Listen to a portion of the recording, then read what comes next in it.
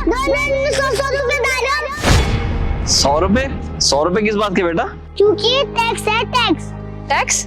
कैसा टैक्स बेटा? ये दक्षु का टैक्स है। दक्षु का टैक्स? ये क्या है?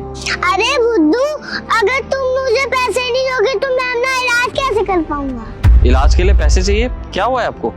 वो आंटी, मुझे कैंसर है ना। कैंसर? तुम्हारे पापा कहाँ हैं बेटा? मेरे पापा इतना कमा नहीं पाते ना, वो मेरा इलाज कैसे कर पाएंगे? बेटा, मैंने आपको मना किया ना, किसी अनजान लोगों से पैसे नहीं मांगते।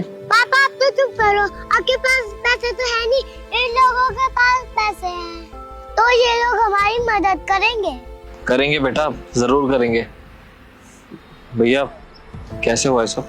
देखो ना साहब, मेरा बेटा इतना छोटा है और इतनी छोटी उम्र में इसको इतनी बड़ी बीमारी हो गई। मैं एक मामूली सा सिक्योरिटी गार्ड हूँ, अपने बच्चे के लिए कुछ कर भी नहीं पा रहा। मैं मेरे पे तो इतने पैसे भी नहीं बन पा रहे कि मैं ढंग से इसकी दवाइयाँ पूरी कर सकूं। इलाज तो बहुत दूर की बात है। अरे भैया, अगर आप प्राइवेट में नहीं करवा पा रहे तो किसी सरकारी हॉस्पिटल में ले जाओ, क्या पता वहाँ पे हो जाए इसका इलाज। साहब, गया था मैं हॉस्पिटल अपने बच्चे का इलाज करवाने, लेकिन जब इलाज का बिल सुना ना तो उल्टे पैर वापस आ गया। और बात रही सरकारी अस्पताल की, तो आप लोगों को तो पता ही है कि वहाँ के कैसे हालात हैं। मुझे तो ये भी नहीं पता कि अब मेरे बच्चे का इलाज हो भी पाएगा या नहीं। पता नहीं कैसे होगा मेरे बच्चे का इलाज। ये तो बहुत गलत हो रहा है इस बच्चे के साथ। अब इसकी उम्र ही क्या है, इतना सब कुछ झेल रहा है बेचारा। राहुल यार देखो ना, ये कितना छोटा सा बच्चा है और इसको इतनी बड़ी बीमारी है। शायद ये हमारे आड़ू की एज जितना ही होगा। मुझे तो बहुत बुरा लग रहा है इस बच्चे की बात सुनकर। इसको इतनी बड़ी बीमारी, वो भी इतनी सी एज में, पता नहीं ये कैसे ही सरवाइव कर पाएगा। क्या है ना अंकिता, सिर्फ हमारा परिवार मिलकर इसकी मदद नहीं कर सकता। क्या है ना, कैंसर के इलाज के लिए बहुत पैसे लगते हैं। लेकिन हाँ, एक आइडिया है मेरे पास। तुम तो जानती हो ना, मैं सोसाइटी का सेक्रेटरी हूँ। मैं एक काम करता हूँ, सबको बोलूंगा। हमारी सोसाइटी में तो कितने सारे फ्लैट्स हैं, कम से कम नहीं तो 19-20 हजार फैमिली तो रहती होगी। अगर थोड़ी थोड़ी भी इनकी मदद करेंगे ना तो शायद इसका इलाज हो जाएगा। अरे हाँ, ये तो बहुत ही अच्छा आइडिया है। मैंने ऐसा क्यों नहीं सोचा। तुम एक काम करना, तुम सोसाइटी में बात कर लो, और मैं ना मेरी फ्रेंड को जानती हूँ जो एक एनजीओ चलाती है जिसमें गरीब और असहाय बच्चों का इलाज होता है, तो मैं उससे भी बात कर लूंगी, शायद वो भी इसकी मदद कर सके। हाँ, तुम बिल्कुल सही कर रहे हो। मैं अभी सबसे जाके बात करता हूँ। वैसे भैया, इसके इलाज में कितने रुपए लगेंगे?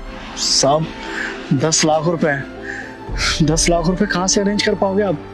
वैसे भी क्या ही लगता है आपका, कौन है आपके लिए जो आप इसकी मदद करोगे? अरे भैया, आप कैसी बात कर रहे हो?